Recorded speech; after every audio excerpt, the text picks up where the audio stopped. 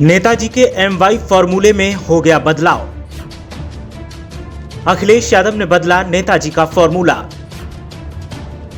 Formula बदलने के बाद अखिलेश ने दिया बड़ा बयान। फॉर्मूले के बदलने के बाद सियासी सनसनी हो गई तेज। देखिए अखिलेश यादव ने क्या किया है बदलाव। देखिए फॉर्मूले के बदलने से क्या होगी बड़ी तब्दीली। देखिए MY में बदलाव से क्या बोले सियासी जानकार। उत्तर प्रदेश की सियासत में सपा का सबसे बड़ा हथियार होता था MY का फॉर्मूला, यानी मुस्लिम्स और यादव। लेकिन अब इस फॉर्मूले को अखिलेश यादव ने बदल दिया है और फॉर्मूले के बदलने का ऐलान जैसे ही हुआ, सपा के साथ साथ प्रदेश की सियासत में सनसनी का माहौल देखने को मिल रहा है। अखिलेश यादव ने फॉर्मूले की परिभाषा को बदलते हुए तमाम बड़ी बातें कही और कहा कि अब वक्त बदलाव का है तो फिर नया बदलाव भी जरूरी है। MY के फॉर्मूले से ही प्रदेश की सियासत में अब तक सपा जीत का परचम लहराती रही, लेकिन अब फॉर्मूले की परिभाषा के बदलने से सियासी समीकरणों पर भी असर पड़ सकता है। ऐसे में अब सपा के कद्दावर नेताओं के साथ साथ सियासी जानकारों का क्या कहना है वो भी जानना बेहद जरूरी है। लेकिन अखिलेश यादव ने क्या बदलाव किया है और क्या नई परिभाषा है वो भी जानना जरूरी है। दरअसल उत्तर प्रदेश में अगले कुछ महीनों में विधानसभा चुनाव होने हैं और सत्तारूढ़ बीजेपी समेत सभी दल अपने अभियान में जुट गए हैं। इस बीच समाजवादी पार्टी के राष्ट्रीय अध्यक्ष और पूर्व मुख्यमंत्री अखिलेश यादव ने पार्टी की चर्चित MY फॉर्मूले की परिभाषा बदलते हुए कहा कि यही दोनों प्रदेश में सपा की सरकार बनवाएंगे। पूर्व मुख्यमंत्री अखिलेश यादव ने लखनऊ में एक टीवी चैनल को दिए इंटरव्यू में MY फॉर्मूले को नया नाम दे दिया है।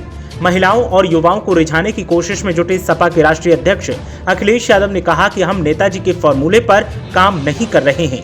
नेताजी ने जो MY का फॉर्मूला बनाया था उसे हम लोगों ने बदल दिया है। उन्होंने कहा कि अब M का मतलब महिला और Y का मतलब यूथ है। यही दोनों मिलकर आगामी विधानसभा चुनाव में सपा की सरकार बनाएंगे। अखिलेश यादव ने आगे कहा कि बीजेपी झूठी पार्टी है और झूठे सपने दिखाती है, लेकिन अब बीजेपी के दिन चले गए हैं और उत्तर प्रदेश की जनता बदलाव चाहती है, क्योंकि बीजेपी ने जितने झूठे सपने दिखाए उतने झूठे सपने किसी भी राजनीतिक पार्टी ने जनता को नहीं दिखाए। इसलिए अब जनता 2022 के चुनाव में बदलाव चाहती है। सपा प्रमुख अखिलेश यादव ने समाजवादी पार्टी की चुनाव को लेकर रणनीति के बारे में कहा, हमने उत्तर प्रदेश में विकास कार्य किया था, आगरा एक्सप्रेसवे बनवाया, जिलों में मेडिकल कॉलेज की स्थापना की और कम समय में कई विश्वविद्यालय भी बनवाए।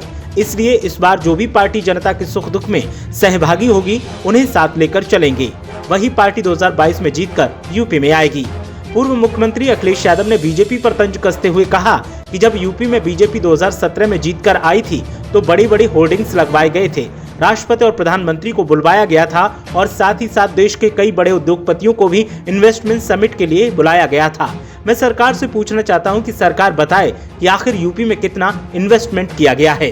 अखिलेश यादव ने और भी कई मुद्दों पर अपनी राय दी और जमकर सरकार पर तंज कसा, लेकिन MY यानी मुस्लिम यादव के फॉर्मूले को बदलकर महिला और यूथ किया गया। इसको लेकर अब सियासी जानकार तमाम तरह के कयास लगा रहे हैं।